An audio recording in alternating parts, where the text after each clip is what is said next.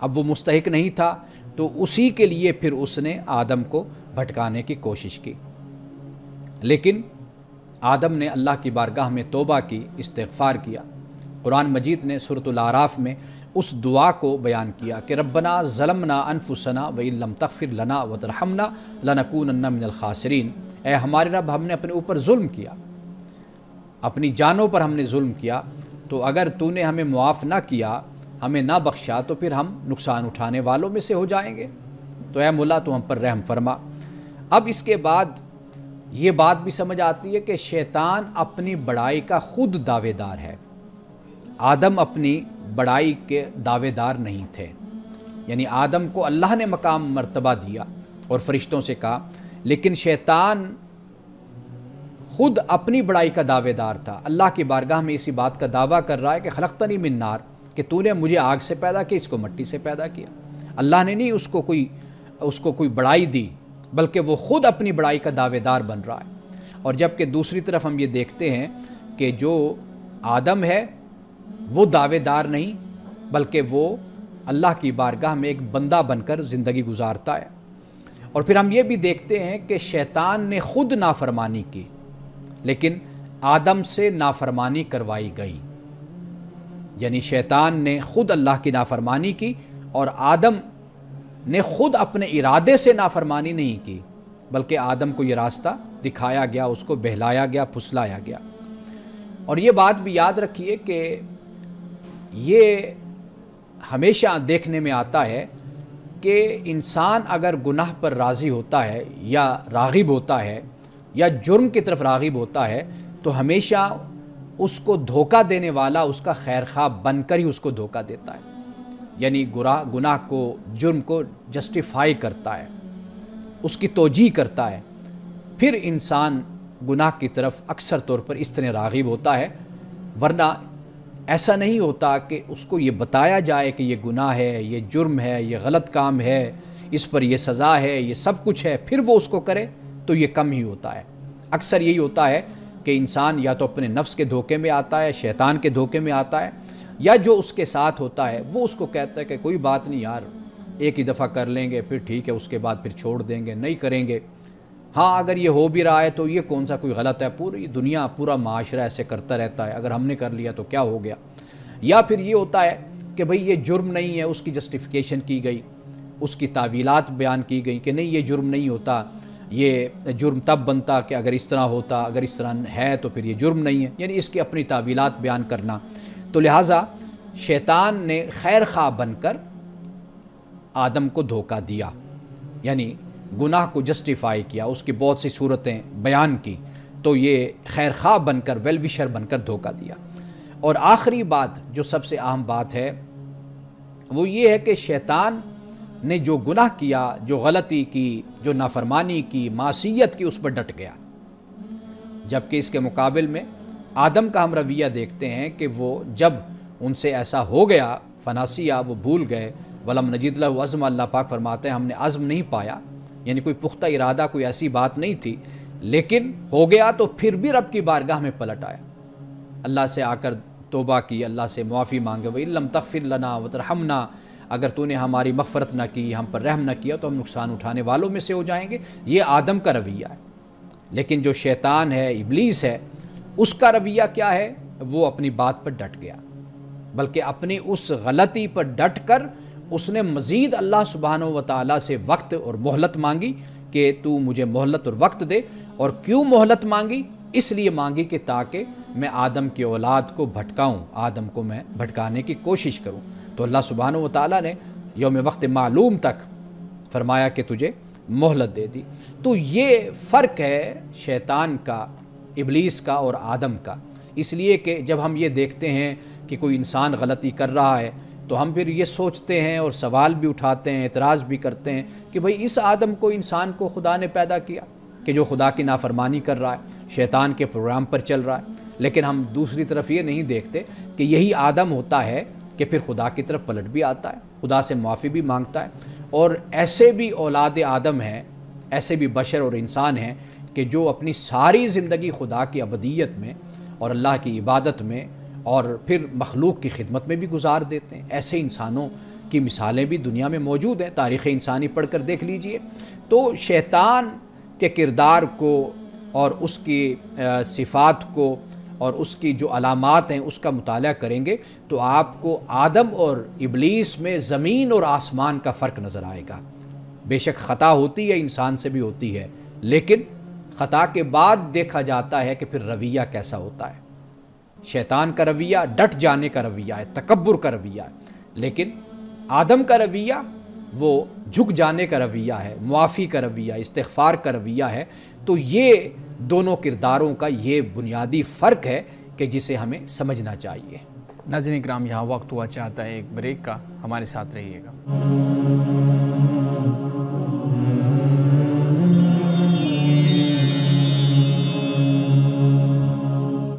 Welcome back ناظرین۔ امان صاحب بہت شکریہ، آپ بڑا ہی خوبصورت وہ سبق ہے جو ہمیں قصہ آدم و ابلیس کا جو نظر آتا ہے اس کے اندر۔ امان صاحب، اب وَإِذْ قُلْنَا لِلْمَلَائِكَةِ اسْجُدُوا، یہ ہم جب پڑھتے ہیں تو ایک طرف اللہ رب العزت نے اس کو نکال دیا جنت سے، ابلیس کو دور کر دیا، جبکہ آدم علیہ السلام اور ان کی جو اہلیہ ہیں، ان کی جو وائف ہیں، وہ وہاں پہ رہ رہے ہیں۔ اب جنت میں داخلہ کس طرح ہوا؟ ہمارے ہاں اس پہ مختلف طرح کی روایات موجود ہیں، مختلف طرح کے جو ہے نا وہ قصے موجود ہیں کہ کیسے شیطان حضرت آدم علیہ السلام کو بہکانے کے لیے جنت میں داخل ہوا۔ کچھ لوگ کہتے ہیں جنت میں داخل نہیں ہوا، جنت کی دیوار پہ آیا، اس طرح سے۔ آپ کی اس بارے میں کیا رائے ہے؟ اچھا، پہلی بات یہ ہے کہ اللہ تعالیٰ نے اپنی بارگاہ سے اس کو نکالا۔ اب جنت میں تو وہ تھا آدم و حوا کے ساتھ، وہاں جنت میں تھا وہ۔ اچھا، تو اللہ نے قرآن مجید میں جب یہ کہا کہ تم اتر جاؤ، تو وہاں پہ صرف یہ نہیں ہے کہ آدم و حوا سے کہا، کئی مقامات یہ ہیں کہ جہاں پر آدم اور ابلیس سے کہا، وَقُلْنَا اهْبِطَا کے جو الفاظ آتے ہیں تثنیہ کے، دونوں سے کہا، اور کہا کہ تم ایک دوسرے کے دشمن ہوگے۔ تو آدم اور ابلیس یہ ایک دوسرے کے فطری دشمن بھی ہیں، اور دونوں سے کہا کہ بھئی تم یہاں سے نکل جاؤ اور زمین پر چلے جاؤ۔ ایک تو یہ بات ہے۔ دوسری بات یہ ہے کہ جو وساوس ہوتے ہیں، وسوسے ہوتے ہیں، وسواس جس کو ہم کہتے ہیں، وہ ہوتے ہیں، اس کے لیے کہیں پر اس کا موجود ہونا یہ بھی لازم اور ضروری نہیں ہے۔ یعنی وسوسے ڈالے جاتے ہیں، انوائٹ کیا جاتا ہے اور دعوت دی جاتی ہے گناہ کی، وہ شیطان کو یہ اختیار حاصل ہے۔ قرآن پاک نے جیسے بیان کیا کل قیامت کے دن اس پر جب ایمان والے یہ بات کہیں گے کہ بھئی اس نے ہمیں بھٹکایا، تو وہ کہے گا میں نے تو تمہیں صرف انوائٹ کیا تھا، تمہیں دعوت دی تھی، بلایا تھا، تم نے دعوت کو قبول کر لیا، تم نے دعوت قبول کی تھی اور تم نے اس کے مطابق پھر عمل کیا تھا۔ تو لہٰذا یہ جو بحث ہے قرآن پاک جیسے بیان کرتا ہے کہ وہ بعد میں پھر یہ ہوا کہ شیطان کو نکالنا یہ ایک سزا کے طور پر ہو گیا، آدم کا وہاں سے جنت سے نکلنا وہ در حقیقت ایک آزمائش اور امتحان کے طور پر ہو گیا۔ جی بالکل ٹھیک ہے۔ ایک سوال یہ ہے کہ کیا اس وقت بھی شیطان فزیکلی موجود تھا؟ اس وقت تو جب ہم کہتے ہیں کہ یہ شیطان نے تم سے اس طرح اکسایا ہے یا کیا ہے کام، تو شیطان موجود نہیں ہوتا، کیا اس وقت بھی موجود نہیں تھا یا تھا فزیکلی؟ دیکھیے، شیطان اللہ کی مخلوق تھا، اور جس طرح آدم تھے اسی طرح شیطان بھی تھا، اور جس طرح حضرت آدم علیہ السلام وفات پا گئے اسی طرح شیطان بھی وفات پا گیا، چلا گیا۔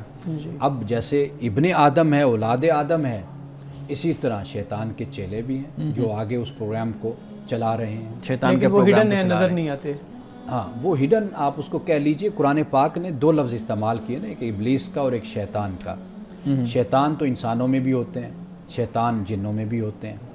پھر تو یہ ایک شیطان در حقیقت جی ایک صفت کہہ لیجیے، یعنی جو شریر لوگ ہیں، شرپسند لوگ ہیں، ان کے لیے دونوں طبقوں کے لیے استعمال ہوا ہے، یعنی جنوں کے لیے بھی اور انسانوں کے لیے بھی استعمال ہوا۔ جو ابلیس ہے یہ در حقیقت نام ہے اس کا کہ جو حضرت آدم کے وقت موجود تھا۔ ایک سوال یہ بھی ہوتا ہے نا کہ وہ جو کہتے ہیں کہ آپ نے بھی اپنی گفتگو میں بتایا کہ آدم علیہ السلام نے جو غلطی کی، جو ان کی وہ ایک آزمائش تھی، ان کی جو خطا ہے وہ انہوں نے خود نہیں کی بلکہ شیطان نے اکسایا، اور شیطان نے خود جو غلطی ہے اس کی وہ اس نے خود کی، اور اس پر وہ ڈٹا رہا، اسے اکسانے والا کوئی نہیں تھا۔ لیکن سوال یہ پیدا ہوتا ہے نا کہ شیطان کو بھی تو اللہ کی طرف سے حکم تھا، اس نے بغیر اللہ کے حکم کے تو نہیں کیا، کیونکہ اس سے پہلے وہ بھی معزز لوگوں میں شامل تھا۔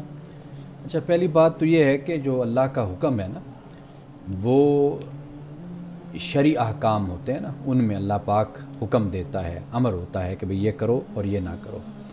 باقی جو معاملات ہیں نا ان میں خدا کا حکم نہیں ہے، چوائس ہے۔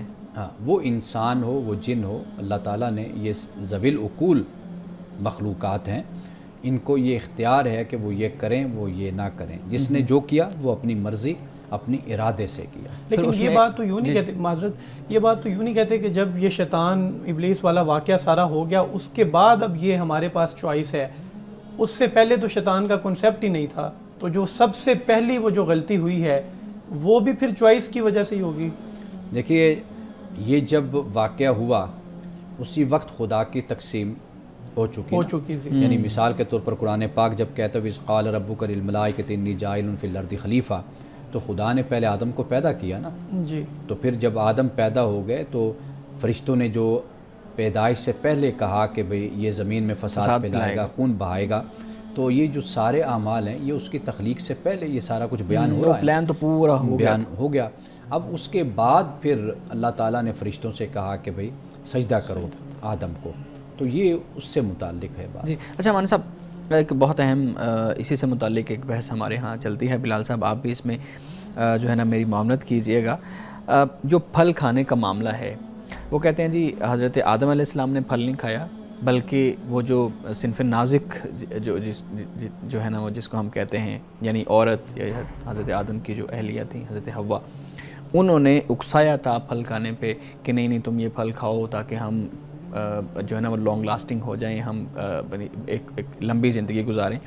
تو آپ کی کیا رائے ہے اس پہ کہ کیا قرآن کہیں پہ اس چیز کو بیان کرتا ہے کہ اس چیز کے اندر عورت کا کردار تھا اور اس کو پھر جوڑ دیا جاتا ہے عورت کی چالاکی سے معاذ اللہ اور ان چیزوں سے؟ دیکھیے، قرآن مجید نے فَأَكَلَا کے الفاظ استعمال کی کہ دونوں نے کھایا، فَلَمَّا ذَاقَ الشَّجَرَةَ، دونوں نے چکھا درخت کو۔ قرآن نے تثنیہ کا صیغہ استعمال کیا ہے۔ قرآن نے کہیں پر بھی یہ بیان نہیں کیا کہ حوا نے بہلایا یا پھسلایا، یہ نہیں، دونوں کو فَأَزَلَّهُمَا الشَّيْطَانُ، برابر ٹھہرایا دونوں کو پھسلایا، ورغلایا، شیطان نے دونوں کو ورغلایا، آدم کو بھی حوا کو بھی۔ قرآن میں کہیں پر بھی ایسا کوئی بیان نہیں ہے، یہ پہلی کتابوں میں بیان کیا جاتا ہے کہ اس کی جو جڑ ہے بنیاد ہے وہ حوا ہیں، تو قرآن جو بیان کرتا ہے دونوں کو شریک کرتا ہے اس میں، اس ارادے میں اور اس نیت میں اور پھل کھانے میں، آگے بڑھنے میں، سب کچھ دونوں تثنیہ کا صیغہ قرآن استعمال کرتا ہے۔ جی بالکل ٹھیک ہے۔ اچھا، پھر ہمارے ہاں اس سے متعلق اور بھی بڑی چیزیں بیان کی جاتی ہیں نا، بہت سی روایات بھی مولانا صاحب ہمارے سامنے آتی ہیں، آپ کے سامنے بھی آتی ہیں، کہ جس میں جو ایک دوسرا جینڈر ہے یعنی جو خاتون ہے اس کے کردار کو، اس کے جو ہے نا وہ اس کی ذات کو ایک درجہ کم کہہ لیں یا اس کے لیے کوئی اور لفظ استعمال کر لیں، یعنی وہ تقابل میں لا کے منفی کردار ہمارے ہاں وہ سامنے آتا ہے، اور کہیں پہ بھی ہمارے معاشرے میں بھی کوئی اس طرح کا معاملہ ہونا تو اس کو کہیں نہ کہیں جوڑ دیا جاتا ہے کہ اس کی تو فطرت ہی اس طرح کی ہے۔ تو کیا اللہ رب العزت نے فطرتاً عورت کے اندر یہ چیز رکھی ہے؟ دیکھیے، دونوں ایک جیسے ہیں، مرد ہے یا عورت۔ اچھا، قرآن پاک نے ذاکرن او انسا سورۃ آل عمران میں آخر میں یہ الفاظ استعمال کیے، یعنی اچھے کام مرد کرے یا عورت، خدا کی طرف سے ان دونوں کو جزا ملے گی۔ دونوں ایک ہی طرح کے ہیں، ایک ہی مٹی سے ایک ہی جگہ سے دونوں کی تخلیق ہوئی، ایک ہی مادہ ہے دونوں کا، تو لہٰذا اس طرح کی تقسیم کرنا یہ بالکل قرآن کے بھی خلاف ہے اور اللہ کی جو سکیم ہے اس کے بھی یہ بات خلاف ہے۔ بالکل۔ ناظرین کرام، یہاں وقت ہوا چاہتا ہے ایک بریک کا، ہمارے ساتھ رہیے گا۔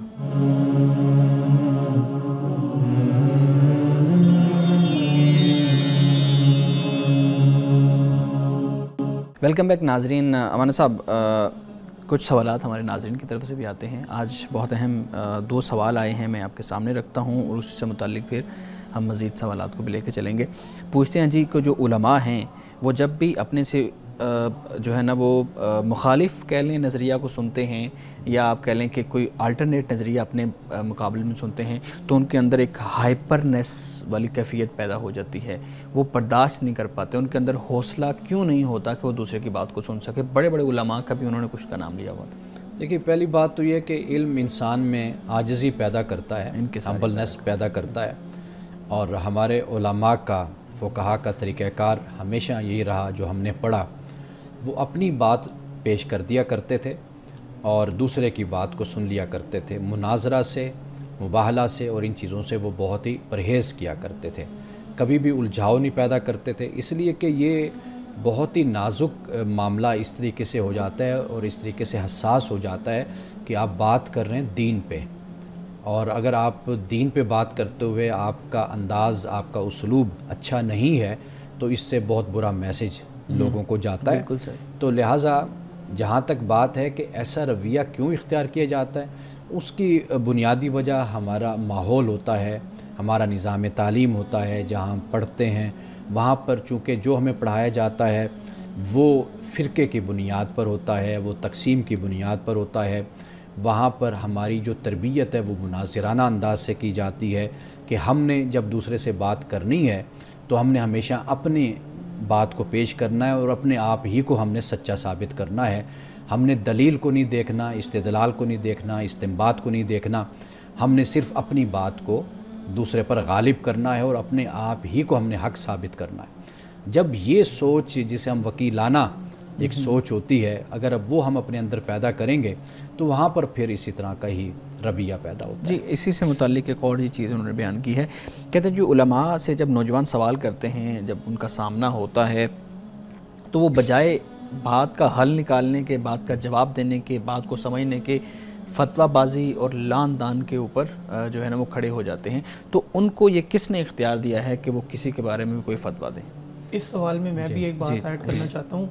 میں نے بھی کسی سے یہ سوال پوچھا تھا تو مجھے ایک جواب یہ ملا تھا کہ جب آپ کسی حساس مسئلے پر بات کریں گے کسی عالم سے اور اس کا نظریہ مختلف ہے اور آپ اس کے سامنے ایک اور نظریہ پیش کر دیں گے اور وہ ایسا نظریہ ہے جس میں اس کو یہ محسوس ہو رہا ہے کہ شاید اس کے نظریے کی توہین کی جا رہی ہے، تضحیق کی جا رہی ہے، تو اس وجہ سے وہ غصے میں آ جائے گا، وہ جذباتی ہو جائے گا۔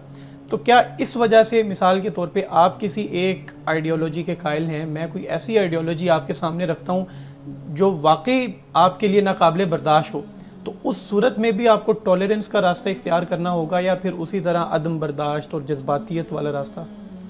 قرآن مجید نے سورۃ الانعام میں اس مسئلے کو اس طرح بیان کیا ہے کہ مثال کے طور پر اس وقت کفار تھے، وہ کوئی اسلام کے بارے میں، دین کے بارے میں کوئی نازیبا گفتگو کرتے تھے یا تمسخر وہ اڑاتے تھے، تو مسلمانوں سے یہ کہا گیا کہ آپ وہاں سے اٹھ جایا کریں، اس مجلس سے، اس محفل سے، اور جب وہ تمسخر چھوڑ دیں اور ایسی لغو گفتگو ترک کر دیں تو پھر ان میں آ کر تم بیٹھ جایا کرو۔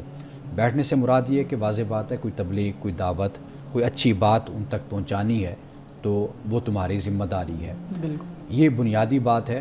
ہم کوئی خدائی فوجدار نہیں ہیں، ٹھیک ہے، ہم ایک دین کے طالب علم ہیں، ایک عالم ہیں، مبلغ ہیں، داعی ہیں۔ ہماری ذمہ داری یہ ہے کہ دوسرا شخص جو ہم سے سوال کر رہا ہے یا اعتراض بھی کر رہا ہے، ہم یہ دیکھیں کہ اس کے بیک گراؤنڈ میں کیا چل رہا ہے۔ اب دیکھیے کہ لوگ ایسی صحبتوں میں، ایسی مجلسوں میں بیٹھتے ہیں، خود وہ بہت اچھے ہوتے ہیں، نیک نیت بھی ہوتے ہیں، سب کچھ ہوتا ہے، لیکن وہ جو مجلس ہوتی ہے اس کی وجہ سے وہ کنفیوژن کا شکار ہو جاتے ہیں، بہت سے مسائل ان کے ذہن میں اٹھتے ہیں۔ اچھا، پھر ان سوالوں کو جو رزق ملتا ہے، جو طاقت ملتی ہے، وہ آپ کا ماحول دیتا ہے۔ جب وہ مختلف علماء کے پاس جائیں گے، مذہبی لوگوں کے پاس جائیں گے، وہ وہاں سے ان کو تسلی بخش جواب نہیں ملتا، وہ الجھ سے جاتے ہیں۔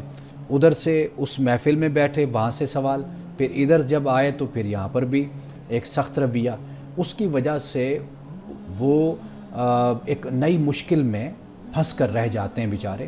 تو پھر جو اہل علم لوگ ہوتے ہیں، اہل علم ہوتے ہیں، ان کی ذمہ داری یہی بنتی ہے کہ وہ ایسے لوگوں کے پس منظر کو مد نظر رکھتے ہوئے ان کو ہمیشہ اس طریقے سے لے کر چلیں کہ جس سے ان کا اطمینان ہو اور وہ اسلام سے وابستہ رہیں۔ دیکھیں مقصد کیا ہے؟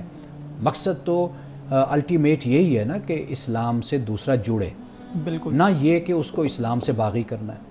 اگر ہم یہ رویہ اختیار کرتے ہیں جو آپ بیان کر رہے ہیں، اس سے تو واضح بات ہے کہ وہ دوری پیدا ہوگی، بغض پیدا ہوگا، وہ تو نفرت پیدا ہوگی۔ اگر آپ اس سے اچھے طریقے سے ٹالریٹ کر کے بات کریں گے تو اس کا نتیجہ یہ نکلے گا کہ وہ اسلام کے ساتھ جڑتا چلا جائے گا، اور آپ کی خواہش بھی یہی ہوتی ہے۔ اچھا، یہاں پہ نا میں ایک آپ کے ساتھ ایک چھوٹا سا ایک تجربہ شیئر کرتا ہوں۔ ہماری کچھ دوستیں ہیں تو وہ خواتین کے حقوق پہ کام کرتی ہیں، تو انہوں نے ایک آئینی آپ کہہ لیں کہ ایک بینچ ہے علماء کا، اس کے ساتھ ملاقات کی جب، اور ان کے سامنے انہوں نے مختلف سوالات رکھے، اور سوالات بھی میں آپ کے سامنے رکھ دیتا ہوں، جیسے ہومو سیکچولیٹی سے متعلق تھے، ٹرانس لوگوں سے متعلق تھے، جنس کو تبدیل کروانے کے متعلق تھے، ان چیزوں کے متعلق۔ تو انہوں نے کہا کہ اگر اتنے بڑے لیول پہ جن علماء کی سلیکشن ہوتی ہے، جو اس لیول پہ آ کے جب ہم ان سے بات کی تو ہمیں یہ لگ رہا تھا کہ شاید یہ اٹھا کے ہمیں باہر پھینک دیں گے یا پھر یہ ہمیں کچھ چیز مار دیں گے کہ ہم اس طرح سے سوالات کیوں کر رہے ہیں۔ تو آپ یہ بتائیے گا کہ اگر کچھ سوالات جن کو علماء کہتے ہیں کہ علماء کی طرف سے یہ پھر بات آتی ہے کہ بچے ایسے سوالات کرتے کیوں ہیں، جب ان کو کہا گیا ہے کہ اس ڈومین میں تم نے سوال نہیں کرتا، اس ڈومین کے اندر صرف علماء کا کام ہے، اس ڈومین میں صرف عام لوگوں کا کام ہے، تو وہ اس ڈومین میں گھسنے کی کوشش کیوں کرتے ہیں؟ یہ جو آگ بگولا ہونے والا معاملہ ہے ہمارے علماء کی طرف سے، یہ کچھ سوالات کے اوپر ہی ہوتا ہے یا ایک عمومی رجحان بن گیا ہے؟ دیکھیے، پہلی بات تو یہ ہے کہ ڈومین کس نے متعین کی ہے؟ علماء نے خود، ٹھیک ہے نا، علماء نے کی ہے نا، خدا نے تو نہیں مقرر کی نا یہ ڈومین، یہ ایریا۔ آپ یہ دیکھیے نا کہ سوالات تو کوئی بھی کسی طرح کا بھی سوال کر سکتا ہے، آپ سے پوچھ سکتا ہے، کوئی بھی پرابلم ہو سکتی ہے۔ آج بھی ہم بیٹھے ہوئے جب ہم اپنے نصاب پر بات کر رہے تھے درس نظامی کے حوالے سے، تو وہاں پر یہ بات زیر بحث ہوئی تھی کہ یہ جو جدید مسائل ہیں ان سے کیوں بے پرواہی برتی جاتی ہے، ان مسائل کو کیوں نہیں ڈسکس کیا جاتا؟ یعنی جدید فلسفہ ہے، جدید علم کلام ہے، جدید معاشرتی مسائل ہیں، جدید دنیا کے مسائل ہیں، ہیومن رائٹس کی جدید ابحاث بہت۔ دیکھیے میں آپ کو بتاؤں، مثال کے طور پر آپ فقہ کو لے لیجئے، اب فقہ میں کیسے کیسے وہاں پر مسائل بیان کیے جاتے ہیں، یعنی خواتین سے متعلق بھی بیان کیے جاتے ہیں، مردوں سے متعلق بھی بیان کیے جاتے ہیں، بالکل ایسے مسائل ہیں جو فطری مسائل ہیں، وہ ہمارے مدارس میں پڑھائی نہیں جا رہے، بالکل پڑھائی جا رہے ہیں۔ وہ کیوں پڑھائے جا رہے ہیں؟ اس لیے کہ اس وقت یہ مسائل درپیش ہوتے تھے، ان کو کتابوں میں شامل کیا گیا۔ اب جو جدید مسائل پیدا ہو رہے ہیں جن کی طرف آپ نے اشارہ کیا، ان کو کیوں نہیں فقہ میں شامل کیا جاتا؟ ان کے بارے میں کیوں نہیں طلباء کو آگاہی دی جاتی؟ تو ہمارا مسئلہ سب سے بڑا یہ ہے کہ ہمارا جو نصاب تعلیم ہے، تعلیمی نصاب ہے، وہ آؤٹ ڈیٹڈ ہو چکا نا۔ اب جن ابحاث سے ہمارے علماء کی واقفیت ہی نہیں ہے، تعلق ہی نہیں ہے، تو اس بنیاد پر جب ایک چیز سے واقفیت اور تعلق نہیں ہے تو اس کا جواب بھی نہیں آتا۔ پھر جب جواب نہیں ہے تو پھر واضح بات ہے کہ اس کا رد عمل پھر یہی ہوتا ہے کہ انسان غصے میں آتا ہے، انسان لڑتا ہے، انسان بولتا ہے۔ اچھا، پھر ایک اور ذہنیت جو ہمارے ہاں کار فرما ہے وہ یہ ہے کہ یہ یورپ کی سازش ہے، یہ مغرب کی سازش ہے۔ ہر جو بات ہوتی ہے اس کو جوڑ دیا چلے ہم نے مان لیا کہ یہ مغرب کی سازش ہے، لیکن آپ کیا ان مسائل سے آنکھیں بند کر سکتے ہیں؟ آپ اپنے معاشرے کو دیکھ لیجئے کہ اس کے اثرات ہمارے نوجوانوں پر بھی پڑ رہے ہیں، لڑکوں پر، لڑکیوں پر۔ تو کیا ہم اس طریقے سے ڈانٹ کر یا ان کے سوالوں کو رد کر کے کیا اس مشکل سے اپنے معاشرے کو نکال سکتے ہیں؟ کبھی نہیں نکال سکتے۔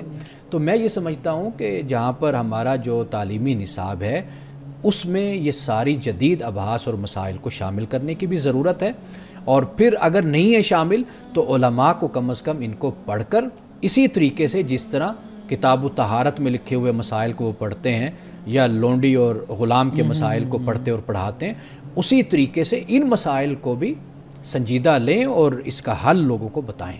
جی بالکل ٹھیک ہے، لیکن امان صاحب آپ نے کہا کہ ان مسائل پہ بات کریں، وہ تو کہتے ہیں کہ یہ مسائل ہیں ہی نہیں۔ مثال کے طور پہ جن مسائل کے 2-3 کا میں نے آپ کے سامنے ذکر کیا، وہ کہتے ہیں کہ نہیں یہ تو گمراہ کن خیالات ہیں، یہ مسائل ہی نہیں ہیں، یہ تو جان بوجھ کے پاکستان کے ماحول میں، اسلام کے ماحول میں ان کو شامل کیا گیا۔ جیسے خاص طور پہ LGBT لوگوں کے مسائل پہ جب بات ہوتی ہے تو وہ کہتے ہیں تو سراسر بے حیائی ہے، لیکن اب جو بے حیائی پہ کیسے بات کی جائے؟ بالکل، جو گیز یا لیسبین لوگ ہیں وہ تو کہتے ہیں کہ یعنی ہمارے لیے تو ایک بڑا سنجیدہ مسئلہ ہے، ہماری تو زندگی، ہماری اسپیس ہی نہیں ہے مذہب کے اندر۔ بالکل، دیکھیے یہ ان کی کم علمی ہے، علماء کی کم علمی، ان مسائل سے آنکھیں بند کرنا۔ اچھا، یہ جسے آپ کہہ لیجئے کہ یہ مسائل ہیں اور ان مسائل پر ہمیں سنجیدہ غور و فکر کرنا ہوگا، ہمیں بیٹھنا ہوگا، ہمیں بات کرنی ہوگی۔ ہم کب تک ان مسائل کا انکار کرتے رہیں گے؟ آپ ایتھیزم کی بات کرتے ہیں نا، اب خود ہمارے مذہبی خاندانوں میں، گھرانوں میں ہمیں ایسے نوجوان ملتے ہیں کہ جن کا کوئی تعلق بھی مذہب کے ساتھ نہیں ہوتا، مذہب کے ماحول میں رہتے ہوئے وہ باغی ہوتے ہیں لیکن خاموش رہتے ہیں۔ تو یہ نوبت کیوں پہنچی؟ اس لیے کہ وقت پر اس کا علاج نہیں کیا گیا۔ چند علماء نے کیا، ان کی آواز جو ان سے ہے وہ صحرا کی آواز ثابت ہوئی ہے، اور جو ہمارے جو علماء ہیں انہوں نے ان مسائل سے آنکھیں بند کر رکھی ہیں۔ آپ یہ کبھی نہیں ایسا کر سکتے کہ آپ کہیں کہ یہ مسئلہ ہے ہی نہیں، یہ مسئلہ ہے، اور آپ دیکھیں گے کہ آنے والے وقت میں یہ مسائل بہت بڑی تعداد میں لوگ اس کو اختیار بھی کر رہے ہیں اور کریں گے، اور پھر ہمارے لیے بہت مشکل ہو جائے گی کہ ہم اس کو حل کر سکیں۔ ناظرین اکرام، یہاں وقت ہوا چاہتا ہے ایک بریک کا، ہمارے ساتھ رہیے گا۔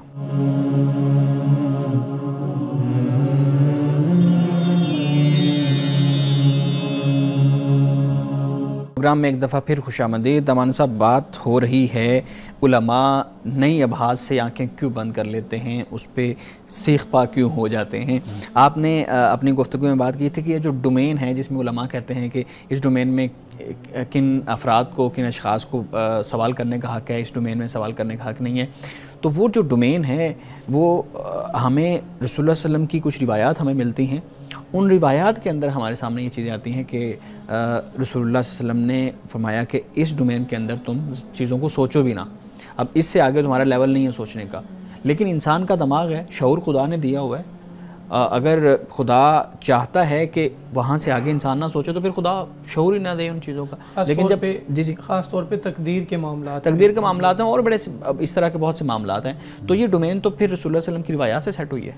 دیکھیے، پہلی بات تو یہ ہے کہ رسول اللہ صلی اللہ علیہ وسلم کے زمانے میں اہل کتاب تھے، اور اہل کتاب کا جو رویہ تھا قرآن مجید نے اس کو بیان کیا کہ وہ سوال پہ سوال کرتے تھے، اور سوال کرنے کا مقصد یہ ہوتا تھا کہ وہ عمل سے بچنا چاہتے تھے، جیسے گائے کا واقعہ قرآن پاک نے بیان کیا۔ تو سوال میں ایک نیت یہ ہوتی ہے کہ کسی طریقے سے پیغمبر کی طرف سے کوئی حکم اللہ کی طرف سے نازل ہوتا ہے، پیغمبر بتاتا ہے، تو وہ حکم کو ٹالنے کا ایک انداز ہوتا ہے کہ رسول اللہ صلی اللہ علیہ وسلم سے قرآن پاک نے کہا کہ آپ سوال نہ کریں کہ اگر وہ ظاہر ہو جائیں تو تم مشکل میں پڑ جاؤ۔ وہ یہی رویہ قوم یہود کا تھا۔ مثال کے طور پر گائے کو آپ دیکھ لیجئے، اب وہ گائے کے بارے میں سوال کر رہے ہیں، ایک حکم ہے کہ بھئی عمل کرو، گائے کو ذبح کر دو، بس بات ختم ہو گئی۔ اب انہوں نے آگے سوال کرنا شروع کر دیا کہ جوان ہو، بوڑھی ہو، کاشت کرنے والی ہو، نہ کرنے والی ہو، رنگ کیسا ہو۔ اب دیکھیں نا، یہ مشکل سے مشکل پڑتی چلی گئی۔ آپ کو اگر کوئی کہتا ہے کہ آپ اس لباس میں آ جائیں، بس آپ کپڑوں میں آ جائیں، اچھے صاف ستھرے ہوں کپڑے، اب آپ سوال پہ سوال کرتے جائیں گے، گویا کہ آپ اپنے لیے اختیار کو کم کرتے جائیں گے، اپنی آپشن کو۔ تو اللہ کے رسول موجود ہے، پیغمبر موجود ہے، پھر سوالات کرنا، تو اس وقت یہ بتایا گیا کہ جو خدا حکم دیتا ہے، جو وحی نازل کرتا ہے، اس کو من و عن مانو اور اس پر عمل کرو۔ وہاں پر تو پس منظر ہی بالکل مختلف ہو جاتا ہے نا۔ یہاں پر یہ صورتحال ہے کہ ایک مسلمان ہے، ایک مومن ہے، وہ اپنی مشکل کا حل چاہتا ہے، وہ آپ سے سوال کرتا ہے۔ نعوذ باللہ، آپ بھی کوئی پیغمبر نہیں ہیں، آپ ایک انسان ہیں، غیر نبی ہیں، اللہ نے آپ کو علم کی دولت عطا کی ہے، تو آپ دوسرے کی رہنمائی کر سکتے ہیں۔ تو دوسرا جو سوال آپ سے کرتا ہے، آپ پر لازم ہے کہ آپ اپنے علم کے مطابق ضرور اس کو آگاہ کریں، بجائے اس کے کہ آپ اس کو ڈانٹیں یا اس کو جھڑکیں یا اس کو آپ اٹھا دیں۔ اس سے جو طریقہ ہے اصل وہ یہی ہے کہ آپ اس کی بات کو سن کر اس کو آپ جواب دیں۔ تو وہ جو قرآن کی آیات یا جو روایات بیان کی جاتی ہیں، تو ان کا ایک پس منظر ہے کہ جس کی بنیاد پر منع کیا گیا، لیکن اب تو ایسی صورتحال ہی نہیں ہوتی۔ تو لہٰذا کوئی اپنا مسلمان بھائی ہے، نوجوان بچہ ہے، بچی ہے، وہ آتے ہیں سوال کرتا ہے، تو اس کے سوال کو بہتر طریقے سے آپ اس کو کاؤنٹر کریں، جواب دیں، ٹیکل کریں۔ نہیں آتا تو آپ کہہ دیجئے کہ میں اس کو پڑھ کر اور مزید اس پر میں غور و فکر کروں گا۔ پھر اچھا، یہ بتائیے گا، کیا کوئی ایسا سوال ہے جس سے رسول اللہ صلی اللہ علیہ وسلم نے منع کیا ہو کہ آج کے دور میں ہم دیکھ لیں کہ یہ ڈومین یا یہ سوال ہے جس سے رسول اللہ نے بالکل منع کر دیا؟ اچھا، اس سے پہلے نا میں ایک سوال پوچھنا چاہتا ہوں، پھر آپ بے شک شعیب صاحب کا جواب دیجیے گا۔ یہ جو ابھی آپ نے گائے والا واقعہ بیان کیا، اس میں کچھ لوگ یہ اعتراض کرتے ہیں کہ گائے کے متعلق جو سوالات تھے وہ ان کی عقل کا تقاضا تھا، وہ انہوں نے پوچھنا تھا، کیونکہ وہ عقل میں بات آ نہیں سکتی تھی کہ گائے کو ذبح کر کے ہمیں معلوم ہو جائے گا کہ بھئی کون قاتل ہے یا اس پورے واقعے کے بیک اینڈ پہ کیا چل رہا ہے. تو اس لیے ان کی عقل نے انہیں مجبور کیا اور انہوں نے سوالات پوچھے. آپ نے یہ بتایا کہ اگر نبی موجود ہیں تو پھر تو آپ کو ہر صورت میں تسلیم کرنا ہے جو بھی حکم آئے. کیا ایک بات عقل میں نہیں آ رہی پھر بھی وہ تسلیم کریں؟ تو یہ سوال تو وہ لوگ کرتے ہیں جو نون مسلم ہیں، عام طور پہ اعتراض کرتے ہیں. بلکہ وہ شعوری ایمان تو نہ ہوا، پھر وہ شعوری ایمان نہیں ہوا. بالکل. اچھا، پہلی بات تو یہ کہ یہ جو گائے کا واقعہ ہے نا، جی، یہ اس کا اس قاتل سے کوئی تعلق نہیں ہے. وہ ایک بالکل مختلف واقعہ ہے جس کا ذکر وَإِذْ قَتَلْتُمْ نَفْسًا فَادَّارَأْتُمْ فِيهَا میں ہوتا ہے. یہ بالکل مختلف ہے، اس لیے کہ وہ جو سامری جادوگر کی وجہ سے بچھڑے کو معبود بنا لیا تھا، در حقیقت اس خوف سے باہر لانا تھا اور یہ بتانا تھا کہ بھئی یہ جو گائے کو ذبح کرنا، اس سے تمہیں کوئی نقصان نہیں ہونا، کہ تم یہ خیال کرو کہ یہ کوئی معبود ہے، اگر ہم اس کو کچھ تکلیف دیں گے یا ذبح کریں گے تو کوئی ہمارا دنیا میں ہمارا برا حال ہو جائے گا، جیسے توہمات ہوتے ہیں. ایک تو اس کو رد کرنا مقصود تھا، اور یہ بالکل عقلی تقاضوں کے مطابق یہ بات تھی جس کو قرآن مجید نے بیان کی ہے. تو ایک تو یہ بات ہو گئی، اور دوسری بات یہ کہ رسول اللہ صلی اللہ علیہ وسلم نے مثال کے طور پر جیسے تقدیر کا معاملہ ہے، آپ نے اس کے بارے میں کہا کہ بھئی اس بحث میں نہ پڑھو. کیوں؟ آپ دیکھیے کہ آپ ایک اللہ کی ڈومین ہے، ایک انسان کی ہے. اللہ انسان کو حکم دیتا ہے اور انسان پابند ہے کہ اس حکم کو مانے اور اس کی بجاوری کرے. اب اس کا وہ ایریا جو ان سا بنتا ہے وہ محنت اور کوشش کا اور بجاوری کا ایریا بنتا ہے. خدا کا جو ایریا ہے، خدا کی جو ڈومین ہے، وہ ہماری سمجھ سے بالا تر ہے. جب ہم اس میں جاتے ہیں پھر ہم مشکلات کا شکار ہو جاتے ہیں. تو تقدیر کا معاملہ بھی ایسے ہی ہو جاتا ہے کہ یہ خدا کی ایک ڈومین ہے جسے حدیث میں بیان کیا گیا. جب ہم اس میں گئے تو آپ دیکھ لیجئے کہ ہمارے ہاں پھر کتنا فساد پھر پیدا ہوا.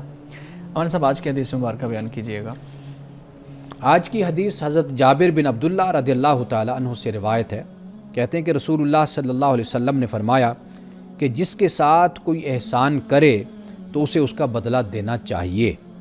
اگر بدلہ دینے کی طاقت نہ ہو تو اس کا اچھے الفاظ میں ذکر ہی کر دے، کیونکہ جس نے اس کا اچھے الفاظ میں ذکر کیا گویا کہ اس کا شکر ادا کیا.